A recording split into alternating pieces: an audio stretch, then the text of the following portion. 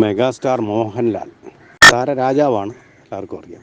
അദ്ദേഹം താരരാജാവാകാൻ കാരണം അദ്ദേഹത്തിൻ്റെ മഞ്ഞിൽ വിരിഞ്ഞ പൂക്കളിലെ വില്ലൻ വേഷമാണ്. അവിടെ നിന്നാണ് അദ്ദേഹം തുടങ്ങുന്നത്. വീണ്ടും അദ്ദേഹം വില്ലനാവാൻ വേണ്ടി ശ്രമിക്കരുത്.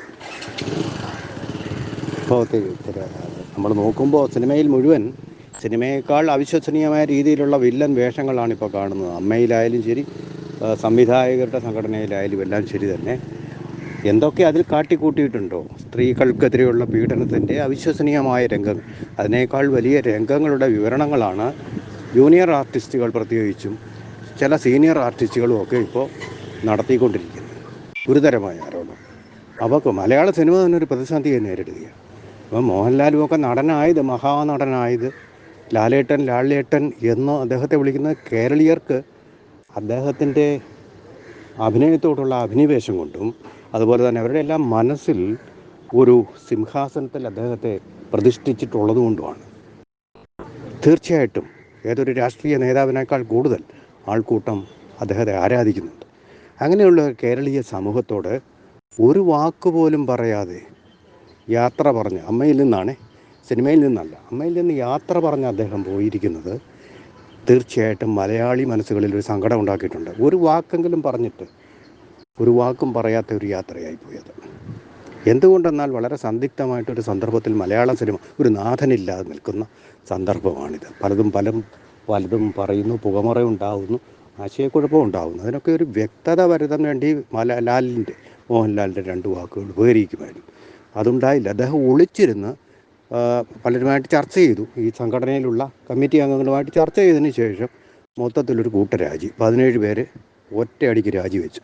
506 പേരുള്ള സംഘടനയിൽ.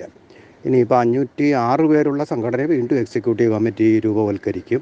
എല്ലാവർക്കും നന്ദിയൊക്കെ പറഞ്ഞുകൊണ്ടാണെങ്കിലും അത് മതിയോ? അദ്ദേഹം നേരിട്ട് മുഖാമുഖം ജനങ്ങളോട്, അതിനുവേണ്ടി പത്രപ്രതിനിധികളോട്, ജനങ്ങളോട് സംസാരിക്കാൻ വേണ്ടിയുള്ള മാധ്യമമായ പത്രപ്രവർത്തകരുണ്ടല്ലോ സജീവമായിട്ട് തന്നെ ഉള്ളപ്പോൾ അവരോടൊരു വാക്ക് പറയാതെ പോയത് വളരെയധികം സംശയങ്ങൾക്കിടയാക്കുന്നുണ്ട്. എന്തുകൊണ്ട്?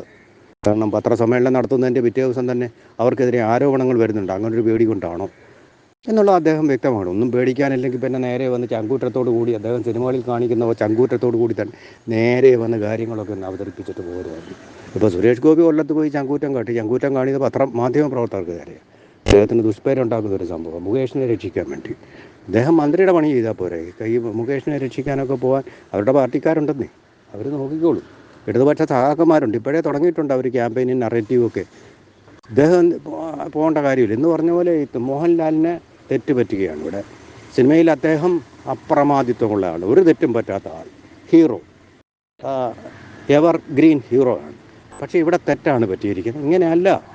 ഒരു നേതാവായിട്ട് കൂടിയുള്ള, ടെറിട്ടോറിയൽ ആർമിയുടെ കൂടി ഉത്തരവാദിത്വമുള്ള, പ്രധാനമന്ത്രി പോലും സത്യപ്രതിജ്ഞാ ചടങ്ങിന് ക്ഷണിച്ച കേരളത്തിൻ്റെ ഒരു മഹാനായ പുത്രൻ, ഒരു അത്യുന്നതനായ അനുഗ്രഹീതനായ കലാകാരൻ ഇങ്ങനെയാണോ പെരുമാറേണ്ടത്?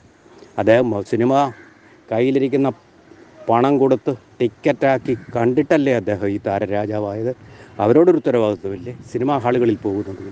അല്ലാതെ ആകാശത്തുനിന്ന് പൊട്ടിയിറങ്ങുന്നതൊന്നും അല്ലല്ലോ രാജാവായിട്ട് വന്ന് അവതരിച്ച ഗന്ധർവനൊന്നും അല്ലല്ലോ. ജനങ്ങൾ അദ്ദേഹത്തിൻ്റെ സിനിമകൾ കണ്ടതുകൊണ്ടാണ്. തീർച്ചയായിട്ടും അദ്ദേഹത്തിന് അഭിനയപാഠം ഉള്ളതുകൊണ്ട്. പക്ഷേ മോഹൻലാലില്ലെങ്കിൽ മറ്റൊരാൾ, അത്രയേ ഉള്ളൂ. വേറൊരാൾ വന്നതിനെ അവരെ ആരാധിച്ചതിന്. മോഹൻലാൽ വരുന്നതിന് മുമ്പ് സിനിമയുണ്ട്, പോയി കഴിഞ്ഞാലും സിനിമയുണ്ട്.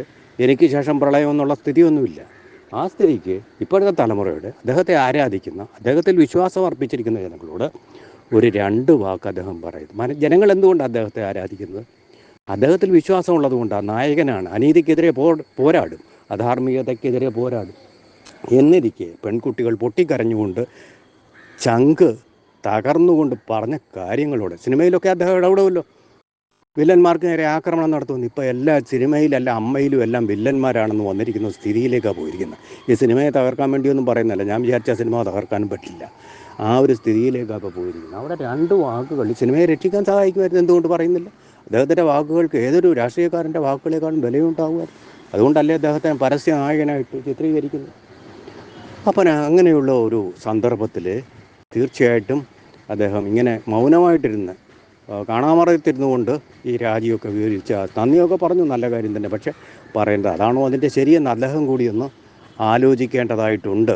മംഗലശ്ശേരി നീലകണ്ഠൻ എന്ന് പറയുന്ന വില്ലൻ വേഷങ്ങൾ അവതരിപ്പിച്ച പോലൊരു വേഷമല്ലോ മലയാളി മനസ്സുകളിൽ സ്ഥിരമായിട്ട് പ്രതിഷ്ഠ നേടിയിരിക്കുന്ന മോഹൻലാലിനുള്ളത്. അതുകൊണ്ട് അദ്ദേഹം ഇക്കാര്യത്തിൽ പുനഃചിന്തിക്കണം, ജനങ്ങളോട് നേരിട്ട് വന്ന് സംസാരിക്കണം, ഭയന്നിരിക്കരുത്. അല്ലെങ്കിൽ ഭയം എന്തിനാണ് അദ്ദേഹം ഭയമില്ലാത്ത ഒരു നായകനായതുകൊണ്ടാണ് അദ്ദേഹത്തെ ജനങ്ങൾ ആരാധിക്കുന്നത്. മനസ്സിലായി? അങ്ങനെയുള്ള ഒരാളാണ് മോഹൻലാൽ എന്നുള്ള ഒരു വ്യാജധാരണ ജനങ്ങളുടെ മനസ്സിലുള്ളതുകൊണ്ടാണ്. അങ്ങനെയാണ് അവർ MGR ഒക്കെ ആരാധിച്ചത്. അങ്ങനെയാണ് MGR എന്ത് തെറ്റിയാലും അവർ ക്ഷമിക്കുമായിരുന്നു. ജയലളിത എന്ന് പറയുന്ന അദ്ദേഹത്തിൻ്റെ സെറ്റിൽ പോയിട്ട് അദ്ദേഹത്തിന് സ്വന്തമായിട്ട് അവിടെ എല്ലാ സ്റ്റുഡിയോകളിലും മുറി അനുവദിച്ചിട്ടുണ്ട്. ആ മുറികളിൽ പോയി മണിക്കൂറുകളോളം ചിലവഴിക്കുമായിരുന്നു. ഇത് തോപ്പിൽ ഭാസി പറഞ്ഞതാണ്, ഞാൻ കണ്ടുപിടിച്ചതല്ല. തോപ്പിൽ ഭാസി സിനിമയുമായിട്ട് ബന്ധപ്പെട്ട ആളാണ്. മണിക്കൂറുകളോളം അവിടെ ചിലവഴിച്ചാൽ ഈ ലൈറ്റ് ബോയ് ഉൾപ്പെടെ എല്ലാവരെയും വിശന്ന് പൊരിഞ്ഞ് ദാഹിച്ച് ഇവർ വരാൻ വേണ്ടി കാത്തിരിക്കും. തമിഴ് മക്കൾ അദ്ദേഹത്തെ മുഖ്യമന്ത്രി കസേരയിലേറ്റി. അതാണ് ഈ സിനിമ രാഷ്ട്രീയത്തിന് മേലെ വിജയിക്കുന്ന ഒന്നാണ്. അപ്പോൾ ജയലളിതയും പിന്നെ മുഖ്യമന്ത്രിയായി. തോപ്പിൽ ഭാസിയുടെ ഭാഷയിൽ പറഞ്ഞ ഈ ജയലളിത എന്ന് പറയുന്നത് ഒരു വെപ്പാട്ടി, അദ്ദേഹം പറഞ്ഞ കാര്യമാണ്, ഞാൻ പറയുന്നതല്ല എന്നാണെന്നുള്ളതാണ്. അപ്പോൾ ഒരുപാട് ജനങ്ങൾ ക്ഷമിക്കും. നിങ്ങൾ തെറ്റ് പറ്റിയിട്ടുണ്ടെങ്കിൽ അത് ഏറ്റു പറയുക, ഇനി ഉണ്ടാവില്ലെന്ന് ഉറപ്പ് നൽകുക.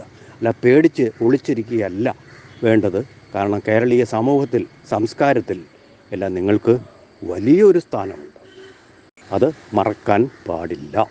You're watching me and you're watching me on metromatney.com. on metromatney.com. metromatney.com. Subscribe for more videos. Subscribe for more videos. Subscribe here for more videos. Subscribe now. Thank you.